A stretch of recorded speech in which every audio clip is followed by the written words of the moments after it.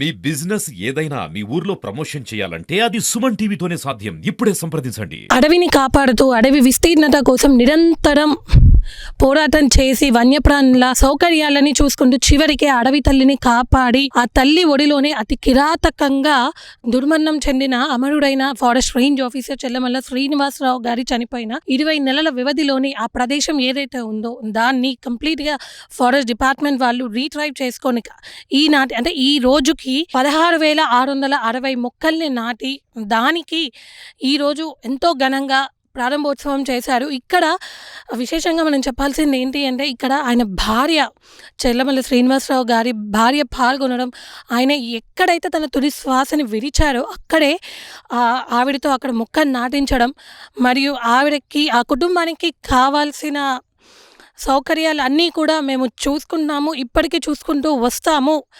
ఆయన లేకపోయినా కూడా ఆయన గుర్తులు, ఆయన జ్ఞాపకాలు మాతో ఉన్నాయని చెప్పేసి కూడా ఈరోజు ఈ కార్యక్రమానికి ముఖ్య అతిథిగా విచ్చేసిన అశ్వరావుపేట ఎమ్మెల్యే ఆర్ నారాయణ గారు కూడా ఇందులో పాల్గొన్నారు. మరి ఆ పూర్తి వివరాలు ఏంటి, ఎలా ప్రోగ్రాం కండక్ట్ చేశారనేది మనం ఈరోజు చూద్దాం.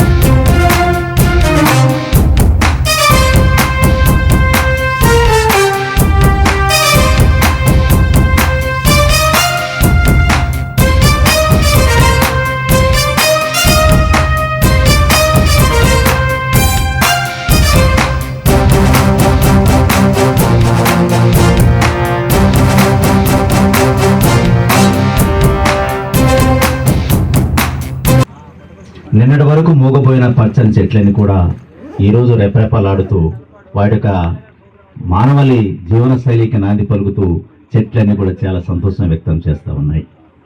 ఆకులు కూడా అడవిలో చూడండి, అడవిలో ఆకులు చెట్లు కూడా రెపరెపలాడుతూ చిన్నగా వచ్చావని అవి కూడా పలకరిస్తూ ఉన్నాయి. నేను ఎప్పుడే టిఫిన్ చేసేటప్పుడు ఒక చిన్న పాట విన్నా, పచ్చని చెట్టు నేనురా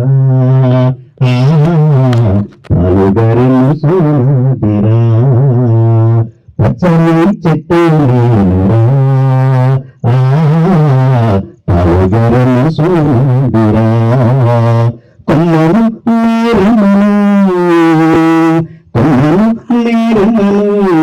పాలుగరే పచ్చని చెట్టు నేనురా పాలుగరే నింగి మబ్బులు వానగా మలిచినం చేను చిలికల్ల నీళ్లతో తడిపినం, నింగి మబ్బులు వానగా మలిచినం చేను చిలికల్ల నీళ్లతో తడిపినం. అద్భుతమైన పాటను ఇప్పుడు నేను ఎట్టుకింది చేస్తున్నా.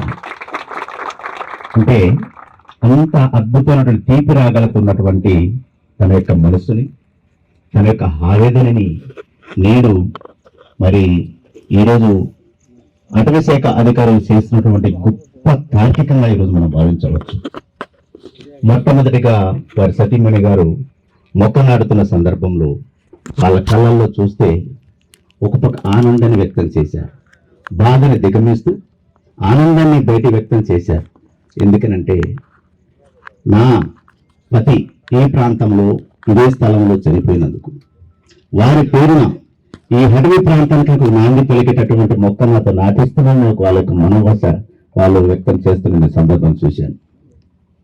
కాబట్టి మన మధ్య లేకపోయినా ఈ ప్రాంతాన్ని నాది అని భావిస్తూ అడవిని ఉత్పత్తి రంగంలో తేవాలని, అడవి మానవ జీవన వారికి ఉపయోగకరంగా ఉండాలని చెప్పి వారు ఎంతో శ్రమ పడ్డారు. అడవి ప్రాంతంలో పనిచేస్తే ఎన్నో అవార్డులు వారు దక్కించుకున్నారు. అంటే ఎంతో కృతజ్ఞత చేసినటువంటి గొప్ప ఏదురుగా ఇప్పుడే సార్ ఒక మంచి పాట పాడారు. దాంతోపాటు మరి అడవి ముద్దు బిడ్డ అనే ఒక పాటని నాంది పలుకుతూ కూడా వారు మాట చెప్పడం జరిగింది. కాబట్టి వారికి ఆత్మ చేకూరాలని వారి కుటుంబ సభ్యులు నేను ప్రగడ సానుభూతి తెలియజేస్తూ, అదేవిధంగా ప్రభుత్వం తరఫున కూడా ఈ కాన్స్టిట్యున్సీలోని ములకల్పల్లి మండలంలో ఎంఆర్ ఆఫీసులో డీటీగా కూడా వారు మొన్ననే జాయిన్ అయ్యారు. అదేవిధంగా ప్రభుత్వం తరఫున వారికి వారి కుటుంబానికి 50 లక్షల రూపాయలు కూడా ఇవ్వడం జరిగింది. అదేవిధంగా మరి వారికి కూడా ఖమ్మం నడిబొడ్డు మీద నడిబొడ్డులో 500 గజాల భూమిని ఇవ్వడానికి కూడా నేను ఉదయంతో ప్రభుత్వం తరఫున నేను మాట్లాడినప్పుడు పెద్దలు గౌరవనీయులు రెవెన్యూ శాఖ మంత్రి వర్యులు పొంగిరెడ్డి శ్రీనివాసరెడ్డి గారు హామీ ఇవ్వమని చెప్పేసి వారు కూడా చెప్పడం జరిగింది. త్వరలోనే వారికి కూడా ఖమ్మంలో 500 గజాల భూమిని కూడా వారికి ఇవ్వడం జరుగుతూ ఉంది. కాబట్టి ఈరోజు మంచి కార్యక్రమానికి నాంది పలికి నన్ను ఈ కార్యక్రమానికి ఆహ్వానించినందుకు ఫారెస్ట్ అధికారులందరికీ కూడా మరొకసారి పేరు పేరున ప్రత్యేక ధన్యవాదాలు తెలియజేస్తూ, ఈ స్మృతి వనం అనేది రాష్ట్రంలో ఒక తుదిమెరుగు ఉండాలి సార్. దీంట్లో నా తరపున ఏ సహాయ సహకారం కావాలన్న పూర్తి స్థాయిగా మీకు సపోర్ట్ ఉంటుందని, అదేవిధంగా ఇది ఒక టూరిజం సేఫ్గా చెప్తా ఉన్నారు. వచ్చేటప్పుడు ఈ ప్రాంతాన్ని టూరిజం ప్లాన్ గా చేయాలని ఆలోచన చేస్తూ ఉన్నారు. చాలా అదృష్టం. 25 ఎకరాల భూమి ఉంది. ఈ 25 ఎకరాల్లో దాదాపుగా ఒక 20,000 మొక్కలు మనం పెట్టడం జరిగింది. సో ఈ స్మృతివనం అనేది ఒక వారి పేరుతోనే కాకుండా ఇక్కడ వారి పేరుతో మేము వారు చేసిన సేవలకు అనుగుణంగా ఇక్కడ రేంజ్ పేరు కూడా సిహెచ్ శ్రీనివాసరావు చంద్రకొండ రేంజ్ అనే పేరు పెట్టాము. అదేవిధంగా మన సెంట్రల్ పార్క్ ఎక్కడైతే ఉందో కొత్తగూడెంలో ఆ సెంట్రల్ పార్క్ పేరును కూడా సిహెచ్ శ్రీనివాసరావు సెంట్రల్ పార్క్ అని పేరు పెట్టడం జరిగింది. సో మేము మాలో ఒకరు ఫారెస్ట్ ప్రొటెక్షన్లో చాలా దిట్టగా ఉండేవారు. మంచి ఫారెస్ట్ రిట్రీవ్ చేసేసి ప్లాంటింగ్ చేయడం జరిగింది. వారు ఆ ప్లాంటింగ్ చేయడంలో భాగంగానే ఇక్కడ ఈ ప్రదేశంలోనే వారు చనిపోవడం జరిగింది. దానికి స్మృతిగా మేము వారి కుటుంబ సభ్యులను మేమందరం ఇక్కడ వచ్చి వారికి ఒక నివాళులు అర్పించినట్టు చేస్తూ ఈ స్మృతి వనాన్ని ఈరోజు మేము డెవలప్ చేయడం జరుగుతుంది. మోరోవర్ ఏంటంటే మా ప్లాంటింగ్ స్టార్టింగ్ చేసిన తర్వాత ఇప్పటితో ప్లాంటింగ్ ఆల్మోస్ట్ మాది క్లోజ్ అయిపోయింది. కాబట్టి వారి స్మృతి కోసం భద్రాద్రి జోన్ ఆర్ సర్కిల్లో ఏవైతే ఉన్నారో అందరూ ఎగ్జిక్యూటివ్ స్టాఫ్ అందరినీ పిలిపించేసి వారి స్మృతి కోసం ప్రతి ఒక్కరు ఒక్కొక్క మొక్క నాటేసి వారిని స్మరించుకోవడమే, వారిని గుర్తు చేసుకోవడమే అనే కార్యక్రమంలో ఈ స్మృతివనం ప్లాంటింగ్ ప్రోగ్రామ్ చేయడం జరిగింది. దానికి గౌరవ ఎమ్మెల్యే గారు కూడా వచ్చి ఈ కార్యక్రమాన్ని హాజరై విజయవంతం చేశారు. మార్నింగ్ బైక్ ర్యాలీ, అదేవిధంగా ఇప్పుడు మొక్కలు పెట్టి ఈ కార్యక్రమం చేసుకుంటున్నాం. ఈ స్మృతివనం ప్రతి సంవత్సరం మేము మా ఫారెస్ట్ బీట్ ఆఫీసర్ కానీ సెక్షన్ ఆఫీసర్ కానీ ట్రైనింగ్ వచ్చే వాళ్ళు ఉంటారు. వారిని కూడా ప్రతిసారి ఇక్కడ తీసుకొని రావడం జరుగుతుంది.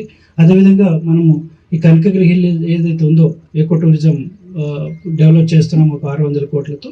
సో ఆ ఎకో టూరిజం దర్శనం కూడా ఇక్కడ నుంచే మొదలు పెట్టేసి వారిని ఎప్పుడు స్మరించుకునేటట్టుగా అటవీ శాఖ ఎప్పుడు వారిని గుర్తుపెట్టుకుంటుందని మరొకసారి వారికి మనశ్శాంతి కలగాలని అండ్ వారి కుటుంబ సభ్యులందరికీ కూడా దేవుడు ఆరోగ్యాలతో హ్యాపీగా ఉండాలని కోరుకుంటూ సెలవు తీసుకుంటాం. Thank you.